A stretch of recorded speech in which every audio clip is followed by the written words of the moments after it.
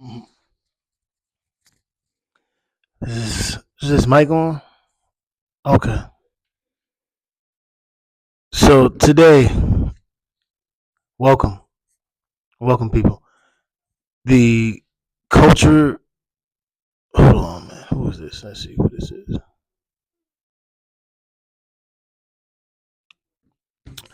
So, thank you for joining me today of another version of the Fall Off podcast. I'm your host, Ricky. In the background, I got my little thing here. Hope y'all like it. Hope y'all like it. A little something, something. So,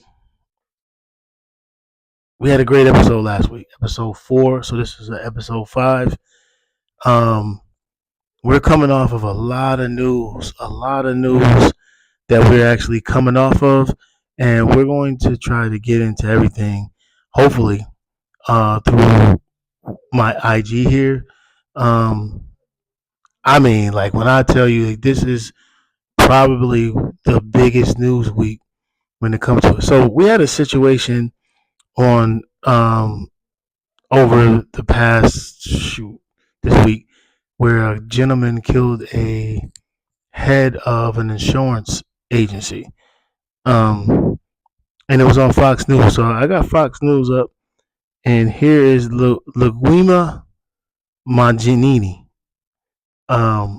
Luigi? So I'm the way it was reported is that he got this guy in New York City, killed him. And when he killed him, he's tried to shoot him a couple times, gun jammed. It was a mess. So his reasoning, we're gonna see what his reasoning for. Well, there's no ever reason for why he killed someone, but we want to find out what his reasoning was. And they captured him in New York.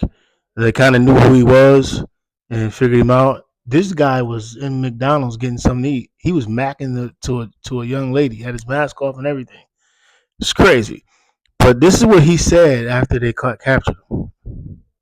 Suspect that started in Manhattan has now ended, according to police in Altoona, Pennsylvania, thanks to an employee at a McDonald's who looked closely at a man he spotted and thought, I think I've seen that guy in a wanted poster. This is some new photos that we just got into our newsroom. It shows Luigi Mangione eating at a McDonald's in Pennsylvania, and he's later arrested. So police later questioned Mangione at the McDonald's and searched his backpack, finding a weapon they believe could have been used in the murder. Investigators also finding a manifesto with a possible motive, calling out United Healthcare by name, writing this: these parasites had it coming. I do apologize for any strife and trauma, but it had to be done. So people watching have questions about him and the motive, and they want to know, who is this 26-year-old Luigi Mangione? I'd like to personally thank each of you. Mangione was a valedictorian at his elite private high school in Baltimore, Maryland, and went on to graduate from UPenn with a master's. He was reported missing in San Francisco by his family in November, according to reports. Relatives releasing a statement saying they're shocked and devastated by this arrest. Authorities tell me more charges could be filed in this case, and Mangione could be transferred back to New York City to face that murder charge. Now, it's something more to this. And we're gonna later come to find out, like the man disappeared in San Francisco. Why does it always seem to be like somebody disappeared in San Francisco and California, like, and then end up doing something crazy? Like it was something like that, like some years back. Somebody comment at the bottom as why that happened. But yeah, that happened over the weekend. Hip hop news. Drake is coming up on his. They're going to actually listen to this argument that he has for his. Um, um, it's not like a cease and desist or anything.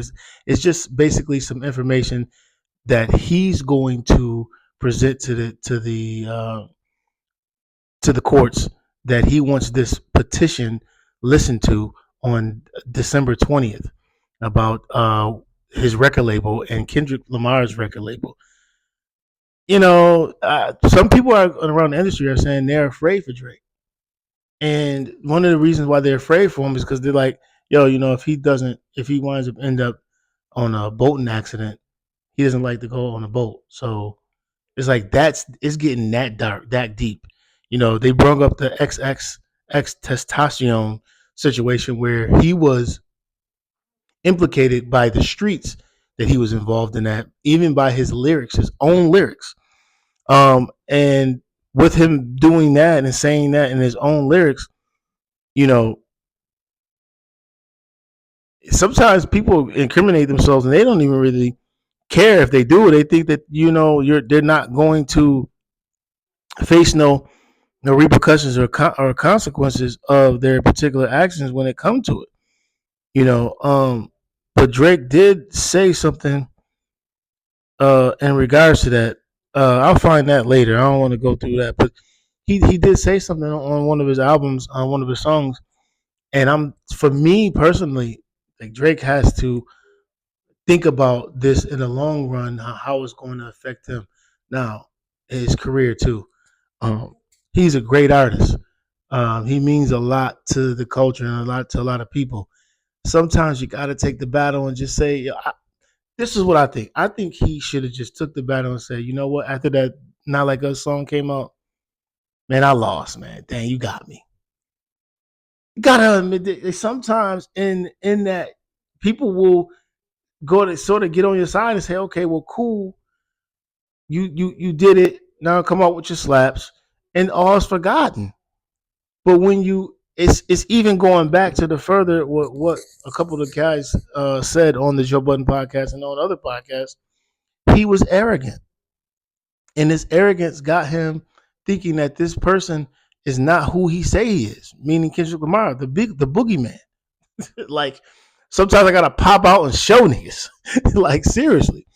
And so, kind of with this particular situation with Drake, I just feel like he is probably gone a little bit too far with his antics and thinking that he's going to get somewhere with this. I don't know. I want to see the outcome of it, but I think he should just drop it and leave it be.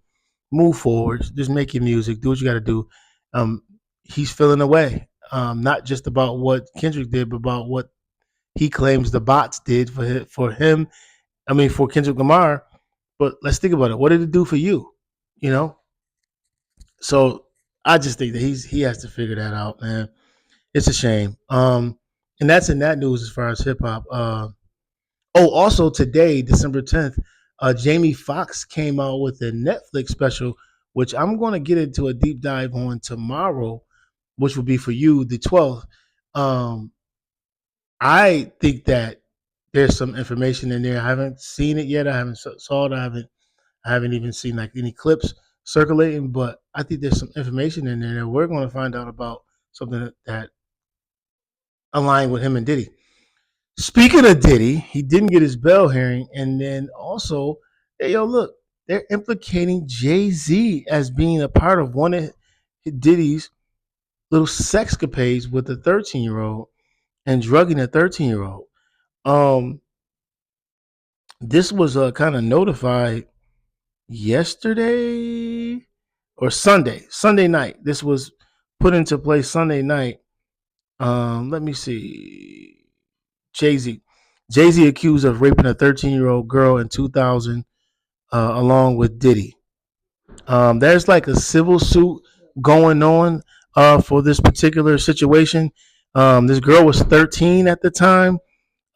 This anonymous accuser says the assault happened after she was driven to an VMA's after party.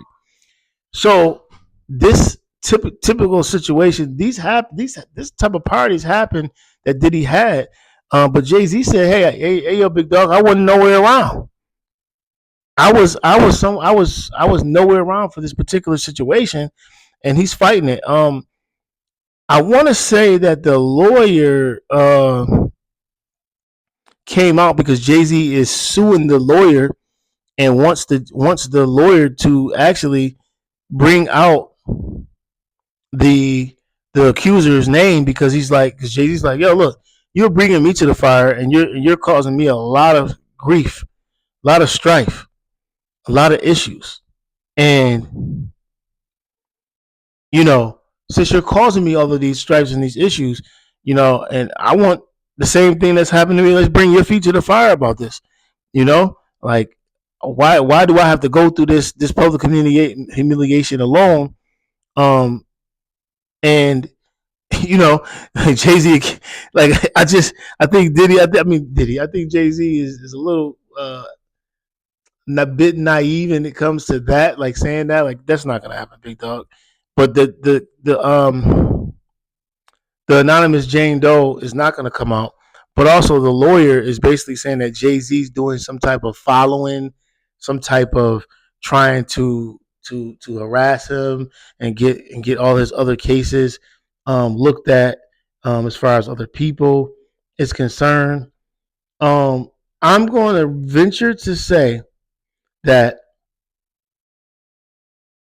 Jay Z. Oh, this this is crazy.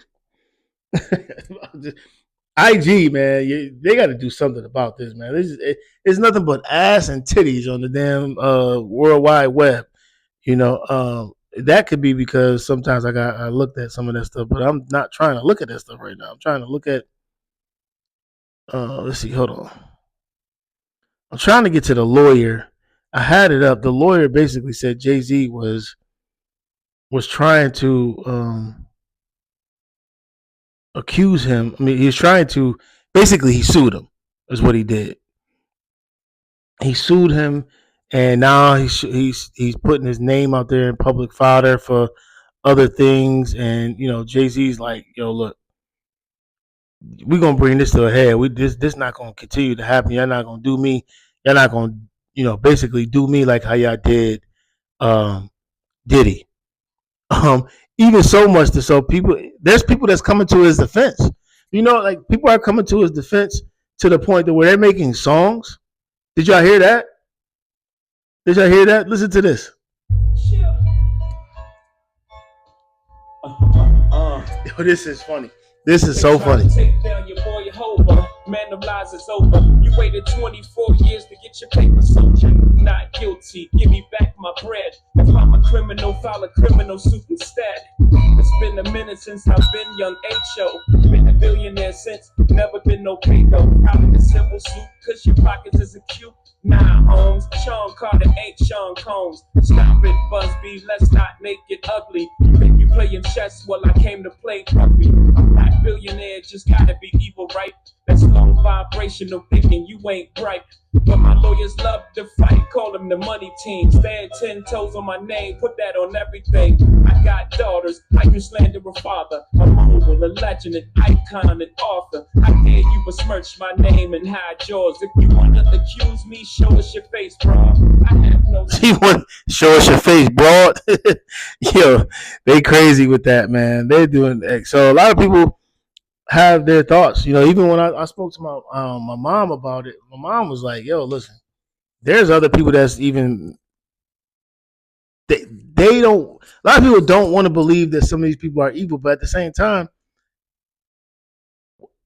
it's just where does this come from? And if this particular situation is not true, how does this go further with Diddy's case? Because all Diddy people need to do is prove that one is not true to get other ones to be looked at a little bit closer and the fine tooth. They got money to go through this, and I think that's probably another reason why they're coming after some of these people. Is because they want them to settle. They know that these people have money and that but they don't want to settle. They don't want to settle. And if that's the case, then these are the things that's going to particularly keep on, happening is that they're going to keep on bringing up charges. So I don't know, man. I think that Jay-Z, that's remain to be seen. I know that there's some other things going on in the news with Jay-Z. They were saying that him and Beyonce have separate homes 40 minutes away from each other, worth over $500 million home. That seems a little odd, like what's going on with that? You know what I'm saying? Like, I was watching It Is What It Is podcast, and I want to lighten the mood a little bit, yo. I want to lighten the mood a little bit. Hold on. I'm trying to get where did this guy? Where did he go? Where did he go? Where did he go? Where did he go? Where did he go? Man, yo, this guy is hilarious. Cameron is hilarious. I can't find it. Shit, don't worry about it. I can't lighten the mood. It sucks. I want to lighten the mood because I don't. It's because when it comes to freaking hip hop, and we're talking about this hip hop stuff with Diddy, really it's crazy. Listen, they can, because when all roads lead to. I keep saying this. I said it at the top of the year. Everybody got to come through us. Pause for real. whoa, wait, whoa, Mace. Everybody got to come through us. Pause. This dude is crazy. I just wanted to lighten the mood, man. These boys be funny. These boys be funny, man. They had Snoop Dogg on talking about Snoop stuff that he got going on. But yeah, man, the news is just crazy. I do want to talk about SZA previews a little teaser, and yeah, SZA's crazy, man. I don't know what's going on. She's walking through the woods. She has this nice, soft, sensual song, right? And she takes down her pants, her underwear. Looks like she takes a piss, and she's singing.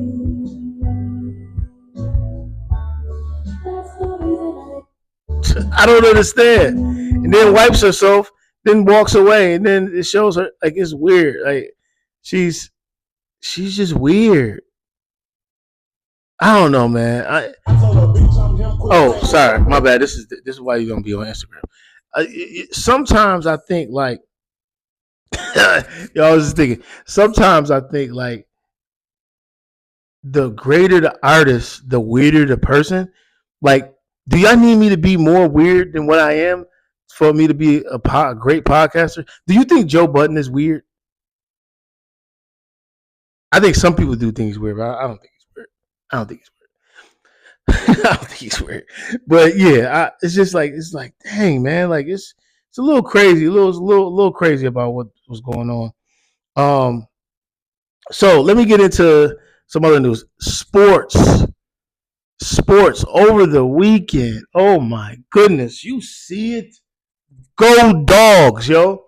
The Dogs. Listen, I was talking to my boy Ozzy, yo, and Ozzy. I was telling Ozzy, I was like, yo, we need to get rid. This was like maybe like the Kentucky game, UGA and Kentucky game. I said, yo, we need to let go of your boy Beck. I just want to make sure. Hey, because sometimes you got to get up and make sure things is great in the middle of your broadcast. But I said that we needed to get rid of Beck because Beck wasn't doing what he needed to do. We needed a spark. We needed something, and maybe bring him out back later or something. Man, when he got hurt, I told Ozzy against Texas. I told Ozzy, I said, yo, Oz, what we need to do is make sure that we don't put him in to try to hurt himself even more, and let Gunner come in. Gunner Stockton needs to come in. And sure enough, did it ring true. That kid came through. Listen, he threw a nasty interception. But even though he threw that interception, I think he threw that out of like desperation of hearing Kirby Smart being in his ear telling him, don't take a sack. We're going to try to kick a field goal and just get rid of the ball.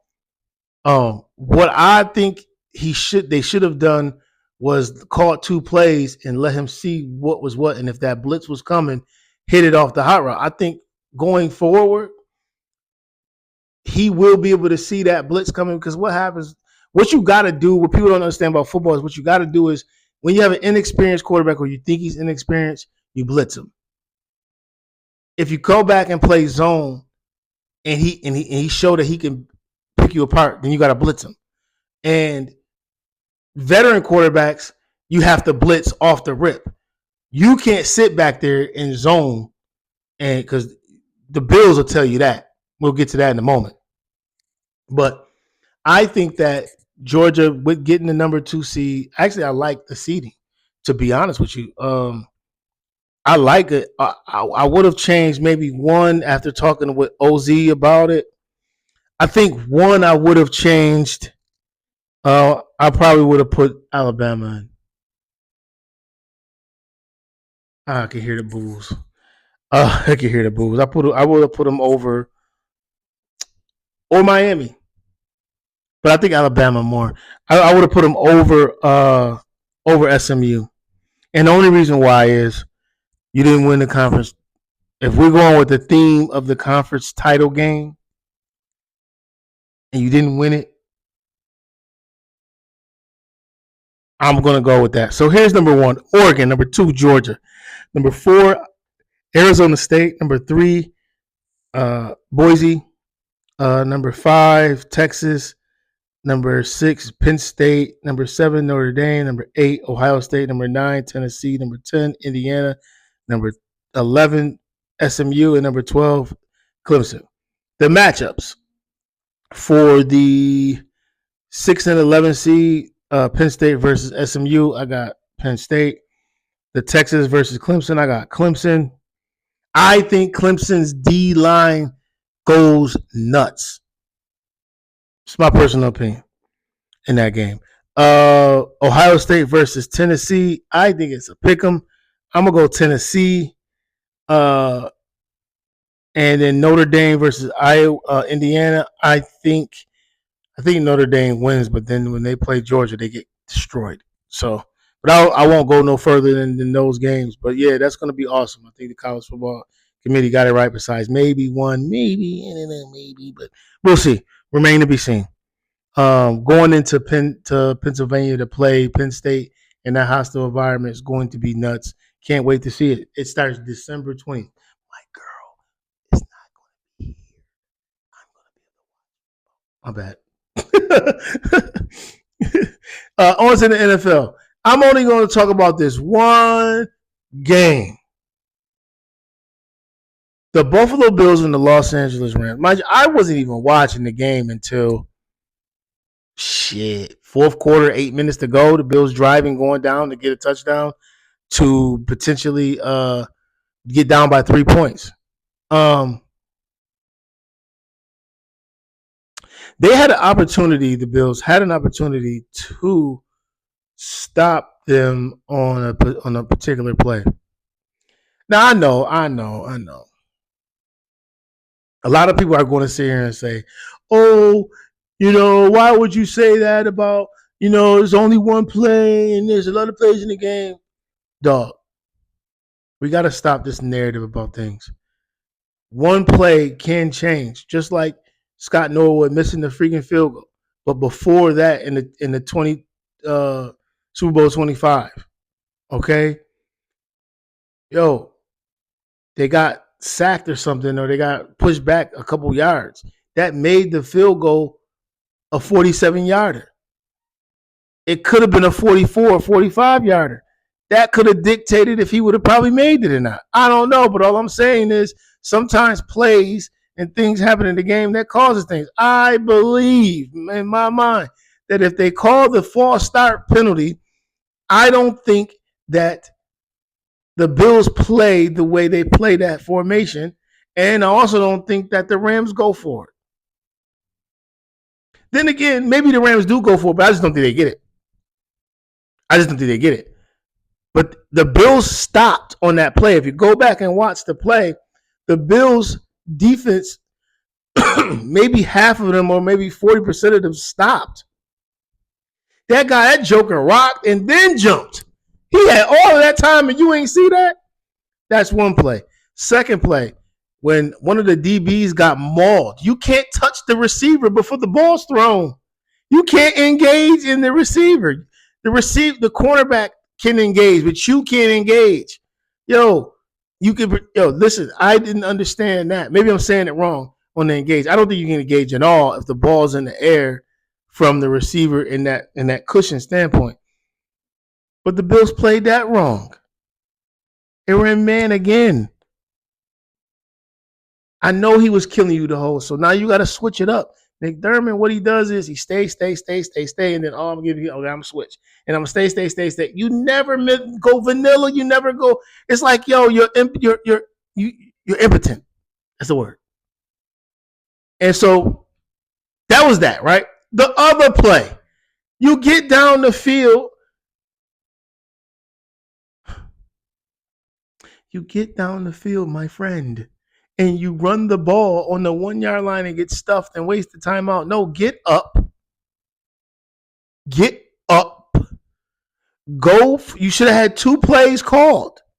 Now, I don't know if that's Joe Brady or if that is what's his name? McDermott. But gosh, my gosh, guys. Come on, guys.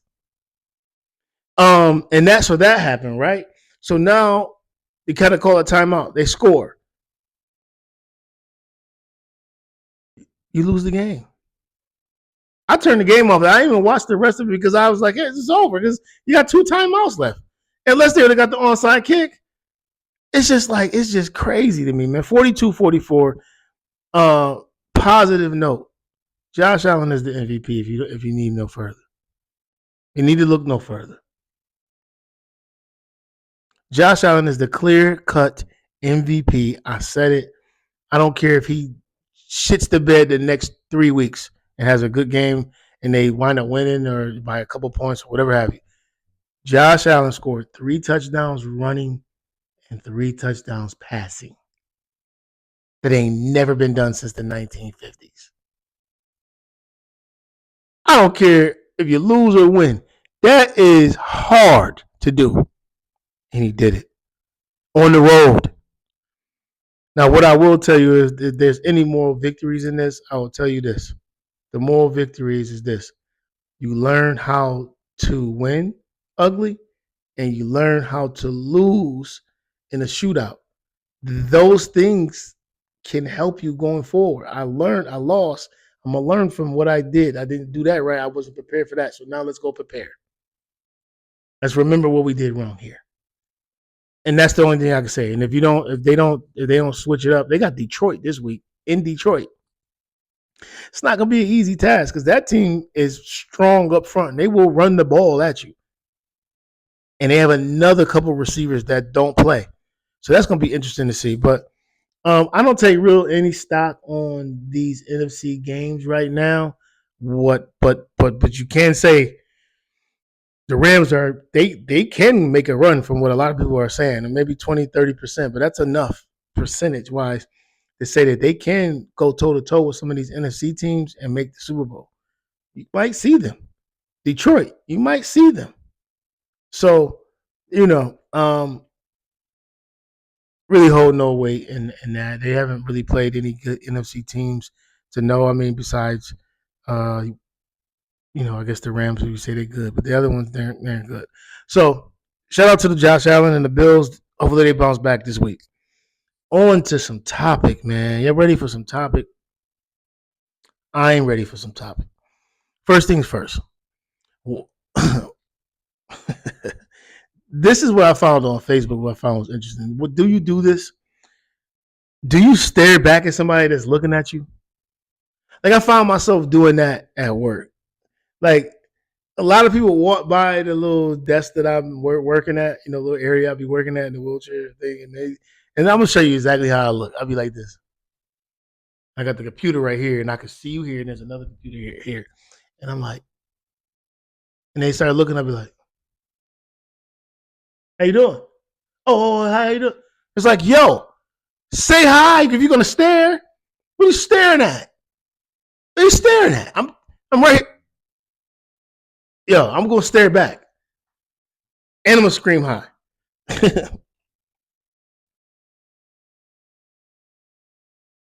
Hold on. So this guy says he left a woman in his house, and he was like, "I could feel a bitch digging in the dirty clothes hamper right now. Like, bitch, put them back." When you go to a new chick's house, or ladies, you go to a new guy's house, been dating a minute, you feel comfortable to come over, and you come over and you chill, and you hang, it's a good time. He goes to the bathroom and you look at the dirty clothes hamper. Do you go look in there? I know some of you women, you're nasty. You go look at it and see if he got shit stains in his drawers or shit. I know you, or his feet stink. This type of stuff that y'all do, man. Hold on. I got another one. Hey, yo, does raw sex make you automatically in a relationship? Like somebody said they just asking for their grandmother. I don't know. I mean, I'm just trying to say it because the only reason why I'm saying it is because, like, yo, like you're taking yourself and saying, hey, I want to try it in a raw. I want him to try it in me raw. Like, what is the type of like what happens kind of like when like you just oh shit, it's really about to happen raw. Are you in a relationship now? Is what I'm saying. Comment at the bottom. I want to hear your thoughts on that. Yo, what is the biggest secret that you have ever kept in a relationship? Men, women, what is the biggest secret? I would probably say I tried to kept that I shit on myself. And the only reason why I tried to keep it is because I was wilding to the bed, to the bathroom. And I tried to hurry up and play it off, act like, but then like the shit was on the bottom of my sock, like at the edge of my sock. Yeah, that was kind of nasty. Man, but I had some fucking whole milk in my damn coffee and I didn't even know. And shit, it was a bad one for me. Shit. Yeah. I think everybody knows that now, unfortunately.